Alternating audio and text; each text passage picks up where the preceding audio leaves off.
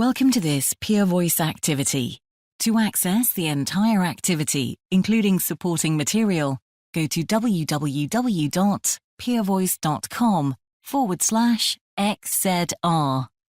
This activity is supported by an independent educational grant from Merck Healthcare KGaA Darmstadt, Germany. Hello, this is Melanie Davies from the University of Leicester, UK.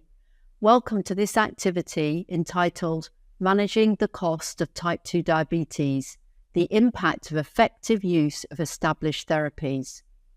In this first presentation, when guidelines state when cost is a major issue, when does this apply?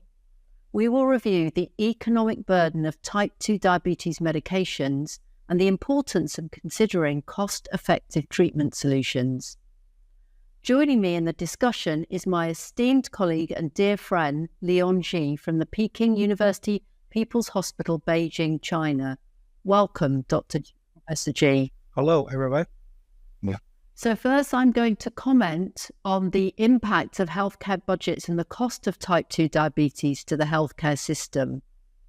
So firstly, we know that around the world, more than 537 million adults are living with diabetes. Over three out of 4 of those live in low and middle income countries. And diabetes is responsible for 6 to 7 million deaths in 2021. 1 every 5 seconds. It also consumes a huge amount of cost. So in the US, over $960 billion of healthcare expenditure, which has increased markedly in the last 15 years by over 300%. And as well as those people living with diabetes, there are over 540 million adults with impaired glucose tolerance. So, Professor Ji, I'd like you to talk us through really and comment on type 2 related complications and its impact on the cost of treatment. Yes, thank you, Professor Davis. Diabetes is associated with a very high cost for the management diabetes itself and also for the management of complications. And the more number of complications, the higher cost. So on average, from 50 to 60%, or sometimes even higher percentage of total cost are related to the treatment of complications such as heart disease, stroke, and renal failure. Professor Davis, so how could we define the ultimate cost-effective approach to care? So I think as you've just outlined, Professor Ji, that much of the cost is on the cost of complications of diabetes. And when we look at the approach to care, we need to look at that across the whole system. So we need to look at effective health promotion in the community. We need to look at effective prevention of disease. But when it comes to treatment, we have to have really good integrated systems to optimally manage the condition. So for example, in diabetes, we need to look at blood glucose control, we need to look at cardiovascular risk factors, we need to look at obesity management, and we need to integrate our care pathways, not just in the hospitals and in specialist care, but also across primary care and into the community. So Professor Ji, prior to this activity, there was a survey looking at people's perception and ideas around costs and whether they consider costs when managing people living with type 2 diabetes. Would you like to comment on the observations that we saw in that survey? Yeah, I think this is a very interesting finding because in this survey, for all conditions, all type of patients, be it low socioeconomic status, with poor medical plan health insurance coverage, with no medical plan health insurance coverage, and also other patients with type 2 diabetes and low cardiovascular risk. All physicians for all type of these patients, I think the cost is something to consider most of the time and almost always. I think this indicate that from physician's perspective, cost is really an issue. The other issue that we asked about really was around obstacles to treatment adherence. And I think it's important that we see that about 37% believe that there were significant obstacles to treatment adherence in people living with type 2 diabetes. So it's clearly a major factor in terms of healthcare professionals' thoughts. So Professor G, we've talked about cost, but is cost only relevant for the low and middle income countries, or do all clinicians have a duty to ensure cost-effective management of type 2 diabetes? Yeah, I think given the burden of diabetes in not only in developed countries, but also in developing countries or more low or middle income countries, so cost is still relevant to all countries. With higher prevalence type 2 diabetes, particularly in emerging economies, is managed in the context of available resources should be considered because we have also competition from other medical conditions that competing with limited resources. So this put restraint on the how much we can spend on diabetes. Therefore, international guidelines might not be appropriate for regions such as some Asia countries, Latin American, or African, where epidemiology of patient phenotype, cultural conditions, and socioeconomic status are different from American or European. So also glycemic control and reduction of macro and microvascular outcomes remain an essential aspect of treatment. Access and cost are major limiting factors. So we need to take a pragmatic approach in restricted resources settings. So thank you, Professor G. And increasingly, I think across many regions, people are very aware of being able to use resource most effectively. I want to look at your comment in terms of the WHO essential medicines, because as you know, it was updated in 2021. Would you like to comment on the recent update? Yeah, I really appreciate WHO for updating these essential medicine guidelines.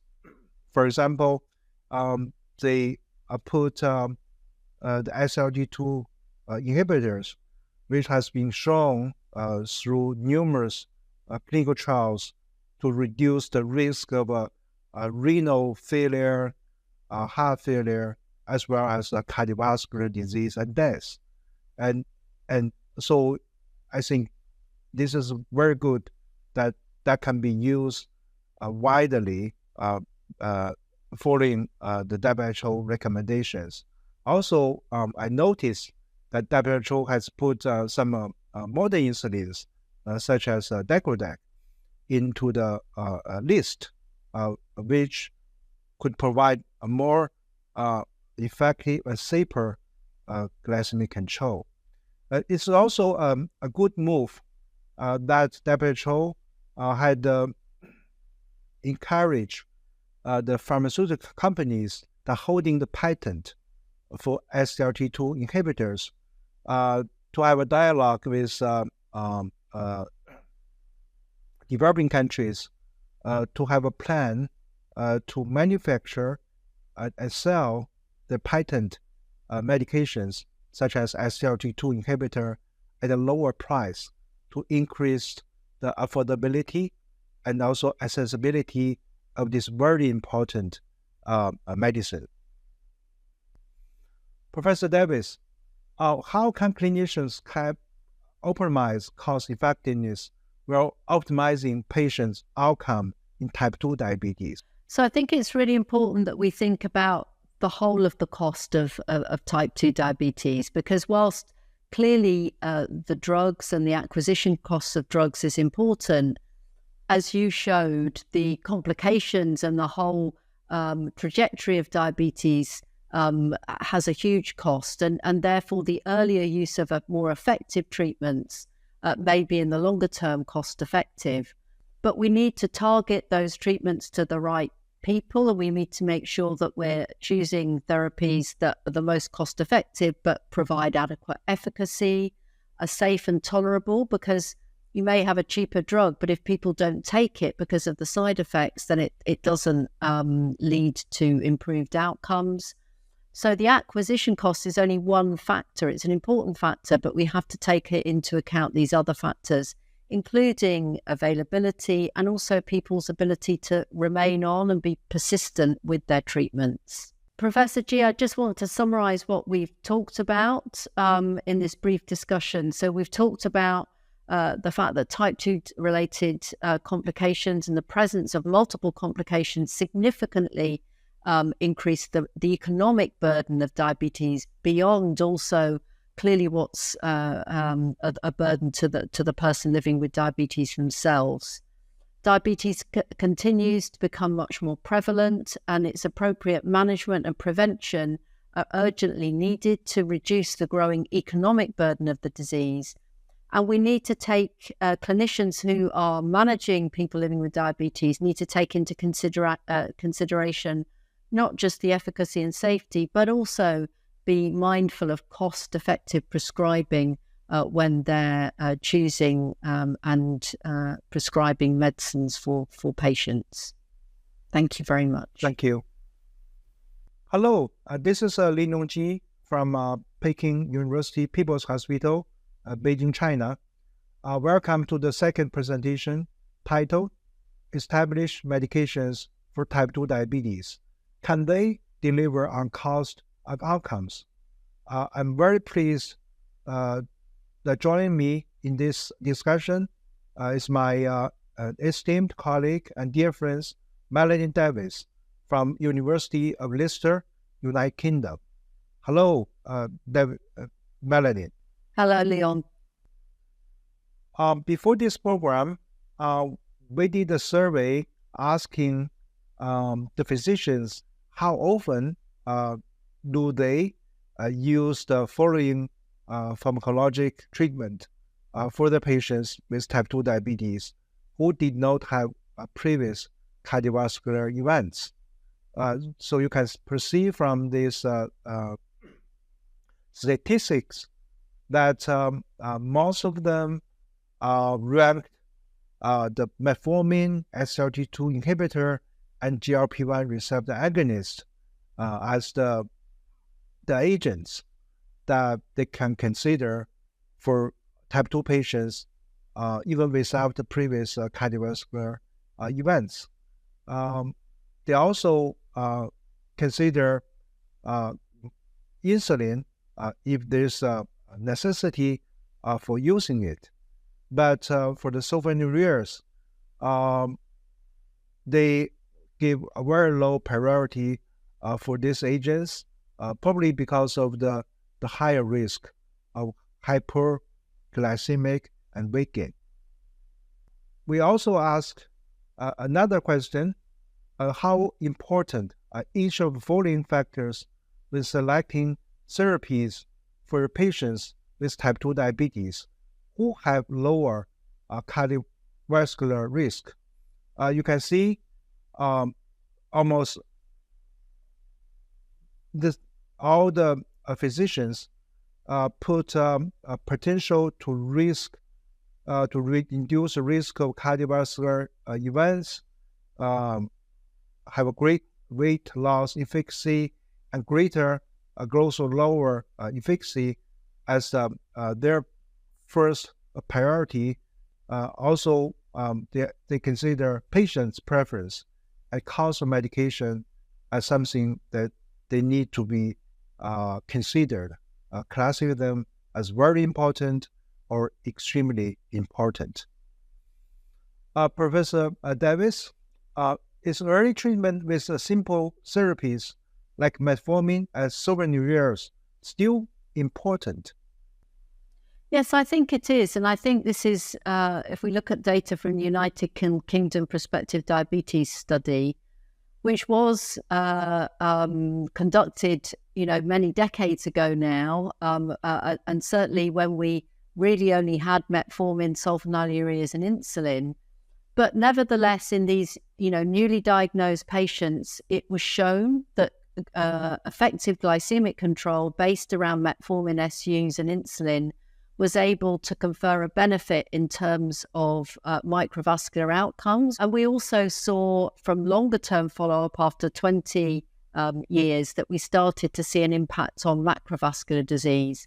So I still think that there's a place and good evidence for early control with agents, particularly around metformin. So I think the other thing that it's important to say is the legacy effect. And I think what we need to bear in mind is that what we do early from diagnosis, particularly in terms of glucose lowering, gives benefits decades later. And that's one of the important findings from the UK PDS. It showed us this concept of the glycemic efficacy. And that's why it's so important to treat people early. Could you please comment on the importance of early proactive approach with metformin, because still most of the guidelines are recommended metformin as a first-line treatment, and can effective management of hypoglycemic prevent cardiorenal complications from develop at all? Metformin is on the WHO list of essential medicines. It's widely available. It's very accessible to many patients across the world. If you look at some of the systematic reviews and meta-analysis of metformin provides good, effective glycemic lowering. Professor Davis, what do European Society of Cardiology treatment guidelines for patients with hypoglycemic and ASCVD cardiorenal risk suggest? So I suppose the main point I would want to pull out is that the SGLT2 inhibitors and the GLP-1 receptor analogs have been prioritized in terms of the management for reducing MACE in people with established CVD or at very high risk, and clearly also those agents with proven benefit. Professor Davis, we all know that you are leading the ADA ESD consensus for patients with hyperglycemic and atherosclerotic cardiovascular disease, cardiorenal risk. So could you comment on this consensus, how to achieve more cardiorenal protection? We've highlighted cardiorenal or organ protection with the choice of glucose-lowering therapies. So, for example, in those with established ASCVD or those with high risk factors, similar to what the European Society of Cardiology says, we've prioritized either the GLP-1s or the SGLT2s with proven cardiovascular benefit. For those with heart failure, clearly the SGLT2s are preferred. And for those where chronic kidney disease prevention is prioritized, the SGLT2s are preferred. But the GLP-1s can be added or substituted if a patient is unable to tolerate or use an SGLT2. Focusing on weight management and glycemic lowering and looking at the efficacy of agents. And clearly some of the agents that offer cardiorenal protection can also be used as glucose lowering weight management in the algorithm, so that, agents can do more than one thing.